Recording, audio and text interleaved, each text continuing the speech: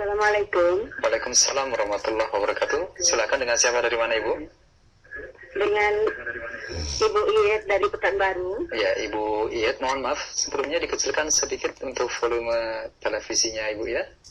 Ya, silakan Bu. Ya. Assalamualaikum Ustaz. Waalaikumsalam warahmatullahi wabarakatuh. Mau tanya Ustaz, bagaimana jawaban kita Ustaz kalau ada dia sebagai Ustaz juga menyebutkan nasihat salaf itu sesat katanya.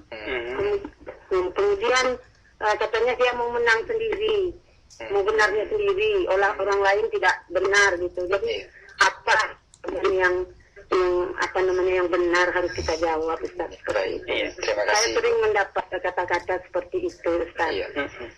Terima kasih Ibu Iyet atas interaksi Ibu. Barakallahu fiik. Assalamualaikum Ustaz. Waalaikumsalam warahmatullahi wabarakatuh. Silakan. Iya, sebetulnya ya, tuduhan sesat itu bukan hanya kepada kita, bahkan kepada Rasulullah pun juga dituduhkan. Ya, dahulu orang-orang musyrikin Quraisy ya menuduh Rasulullah SAW itu ya sebagai dukun lah, ya, penyair dan yang lainnya. Dan kita tidak perlu menggubris, Bu. Ya, orang mau mengatakan kita sesat atau tidak. Yang jelas, ya, kita berbicara dengan dalil, berbicara dengan bukti-bukti yang kuat, ya, dari Al-Quran, dari hadis Nabi SAW, dan dari apa yang dipahami oleh para sahabat, para tabiin dan tabi'un tabi'in sesuai dengan qawaid syariah tentunya. Ya, adapun dia mengatakan bahwa kita mau menang sendiri, ya, kalau memang ternyata itu adalah dalilnya kuat sekali Al-Quran, dari Al-Quran dan hadis, apalagi didukung oleh ijma' para ulama, ya, maka tidak bolehkah kita berpegang kepada kebenaran. Ucapan seperti ini biasanya karena akibat ya terlalu ngeyel dengan pendapatnya dan tidak mau melihat kepada dalil-dalil lawannya, tanpa melihat apakah dalil-dalilnya tersebut ya kuat atau tidak secara kaidah-kaidah syariah. Ya, toh dalam masalah yang diperselisihkan oleh para ulama, kita pun tidak pernah alhamdulillah memaksakan diri.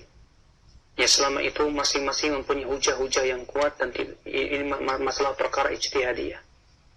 Tapi kalau itu sudah menjadi ijma' para ulama, atau itu tidak didukung oleh dalil yang kuat dari Al-Quran dan hadis, tapi hanya sebatas ra'yu dan hawa nafsu, bagaimana kita akan bisa menyetujui?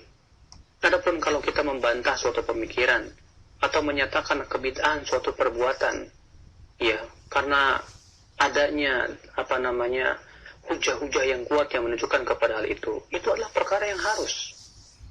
Bukankah Allah berfirman, la yukallifullahu nafsan illa wus'aha. Allah tidak membebani jiwa kecuali sesuai dengan kemampuannya. Ya, sesuai kemampuan di sini artinya apabila telah sampai kepada kita ilmunya, maka kita wajib untuk berpegang kepadanya. Dahulu saja para sahabat yang membantah dan menyalahkan orang-orang yang salah di dalam pendapatnya. Ini dia, Ibnu Abbas ketika dilaporkan kepadanya bahwa Naufal al-Bakali yang mengklaim bahwa Nabi Musa yang bertemu dengan Khadir itu bukan Musa Bani Israel. Apa kata Ibnu Abbas? Kadzaba aduwwullah. Ya, telah salah musuh Allah itu. Ya. Ibnu Abbas menyalahkan perkataan Naufal al-Bakali. Apakah seperti ini artinya bahwa Ibnu Abbas mau menang sendiri? Subhanallah. Ibnu Abbas kemudian membawakan dalil dan hujah yang kuat sekali dari Ubay bin Ka'ab, ya, bahwasanya Nabi Musa yang bertemu dengan Khadir adalah Nabi Musa Bani Israel, bukan Nabi Musa yang lainnya. Demikian pula para sahabat, para tabi'in, para ulama setelahnya saling membantah satu sama lainnya ketika mereka melihat kesesatan. Siapa saja yang melihat tentang sejarah mereka, ya, kita akan dapati hal itu. Apakah berarti hal itu mereka merasa menang sendiri? Ya, akhi, kewajiban kita adalah mengikuti mana yang hujahnya kuat. Ya, bukan sebatas sandaran kita hawa nafsu dan hawa nafsu. Seakan-akan kita maunya dibenerin terus. Ya, seakan-akan semua pendapat kita tidak boleh disalahkan. Berarti kalau ada orang yang menyalahkan pendapat kita, seakan-akan kita katakan itu orang mau menang sendiri. La ilaha illallah.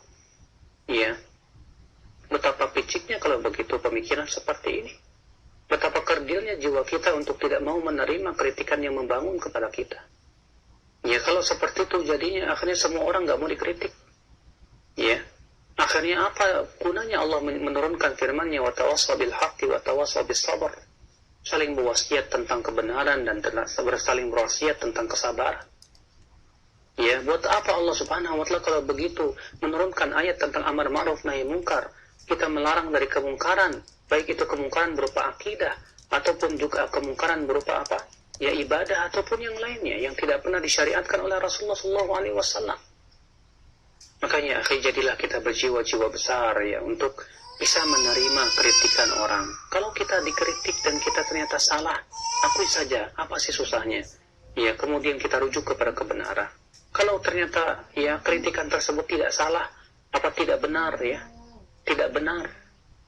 Ya, dan ternyata kritikan tersebut salah terhadap kita, cukuplah kita membantah secara ilmiah bahwasanya itu adalah ya kritikan yang tidak benar kepada saya. Ini hujah-hujah saya, ini pendapat ulama saya, kelas.